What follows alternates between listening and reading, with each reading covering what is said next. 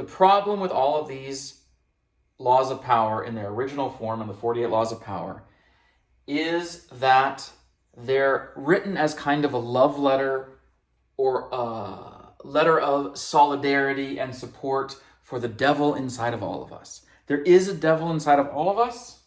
In neuroscience terms, that devil is the reptilian brain. But we need the devil to stay alive at the same time, because the devil defends us from other people's devils. The selfishness, the egotism, the capacity for vicious competition, self-defense is necessary. Otherwise, we would be entirely vulnerable to anything that wanted to come along and rob us or kill us and eat us.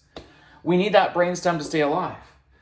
But at the same time, the brainstem is not the deepest, most profound, or most powerful part of our nature.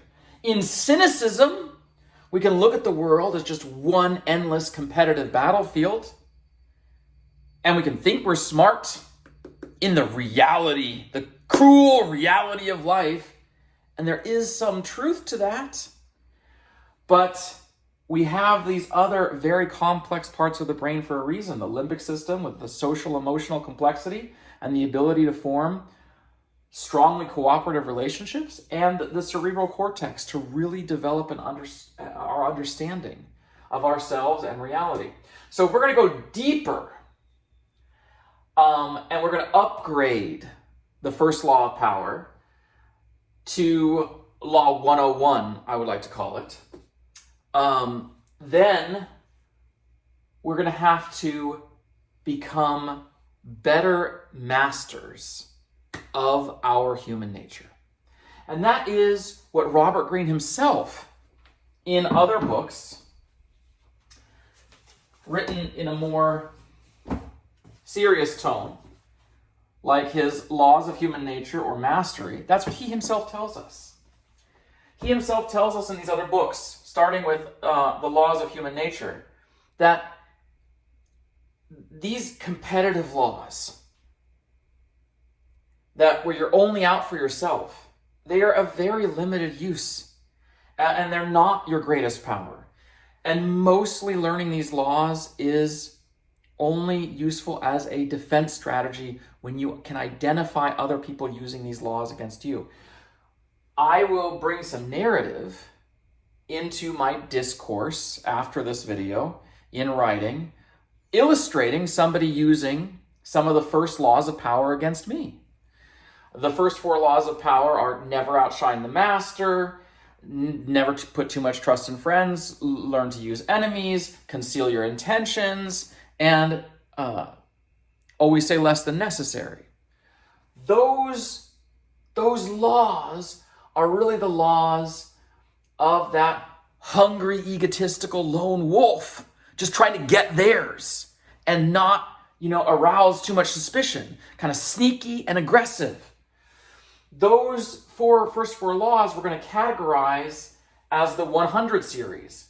Law 101, Law 102, Law 103, and Law 104. They are under the umbrella of the ravenous wolf, or perhaps the Aries archetype. The emerging, not as when you're born. It doesn't matter whether you're born in, March or April. I'm not talking about that kind of astrology. I'm talking about astrology as a map of human roles that mythologically track our development from birth through old age. So mythologically, Aries, or the ravenous wolf, encapsulates the energy of coming out of our extreme egoism in toddlerhood and slowly maturing. And there's that initial hunger, there's that initial passion. And what do we do with all of these feelings? And these feelings are so intense for us when we're toddlers. If we go to the store and we're in a checkout line and we see there's candy and we want it, we're overwhelmed by that passion. And many toddlers, will have tantrums if they haven't been well socialized by their parents. If their parents try to say, no, you can't have that candy bar, because that hunger, that passion, those feelings are just so strong. And so this is a stage of human development, of egoism, of that brainstem, that hunger in the brainstem for self that we have to get past. So, looking at these things real quickly, why do we want to get past these initial power struggle laws?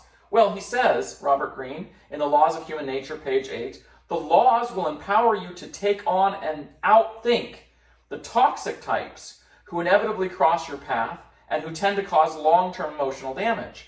Either you will steer clear of them, or you will learn to mentally cut them down to size and focus on their glaring weaknesses and insecurities.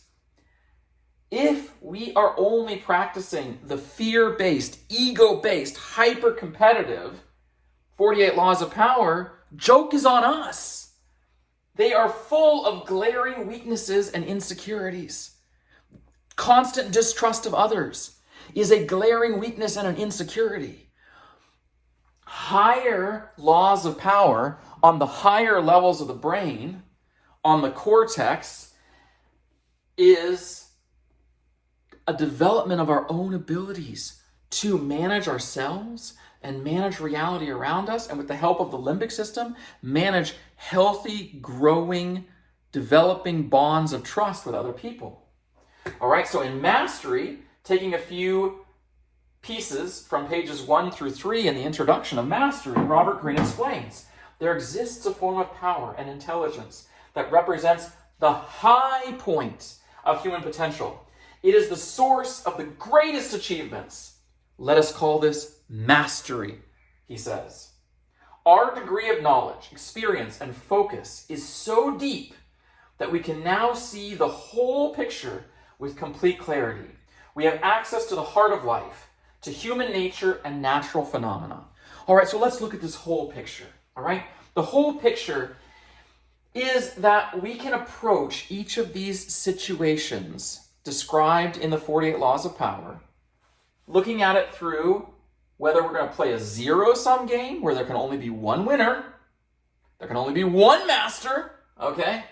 Or we're going to look at a positive-sum game where we can all develop mastery together.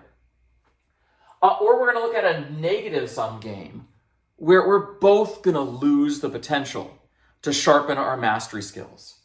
This defensive strategy in the first law of power, never outshine the master, hello, it's a lose-lose strategy. And self-defense strategies usually are a lose-lose strategy. Now, usually if you're really good at self-defense, the other person is going to lose more than you. If somebody comes to fight me and I'm really good at self-defense and I end up knocking them out and taking them out, okay, fine. But I'm not benefiting from knocking them out. I'm not, really, my body does not feel better after hitting them with my fist a bunch of times. I mean, at the least, I'm probably going to have a sore fist, and probably they're going to get in a few punches too. So we're both going to lose when we fight, even if I'm the better fighter. That's usually what happens using these 48 laws of power. They're usually lose-lose power struggles where both people come out a little bit worse, but if you're really good at it, you don't come out as bad as the other guy. All right? So if you're never outshining the master, and you read into this, what is that for? It's so that you can extract favors from the master with flattery. Oh, yes, your ideas are so brilliant. Yes, I want to follow everything you say. And, please give me a little bit more pay while I, suck up to you. You're not sharpening your skills doing that in a real practical manner, and you're not sharpening your master's skills, helping your master to develop better too. And then it basically says you just suck up until you see that your master is weak enough that you can take him out. That's the lose-lose strategy there. The iron sharpening iron strategy is a better win-win strategy. Like in Proverbs 27:17, the man sharpens the skills of his friend. We breathe with others. We balance our passion with detachment. We burn brightly and we mirror others. And that way we amplify each other's light. That's the real higher level on the win-win level, the positive sum game. Burn brightly with others. Not there can only be one master, one ego, one self, one Atman, and one deity. That's not the way we want to play.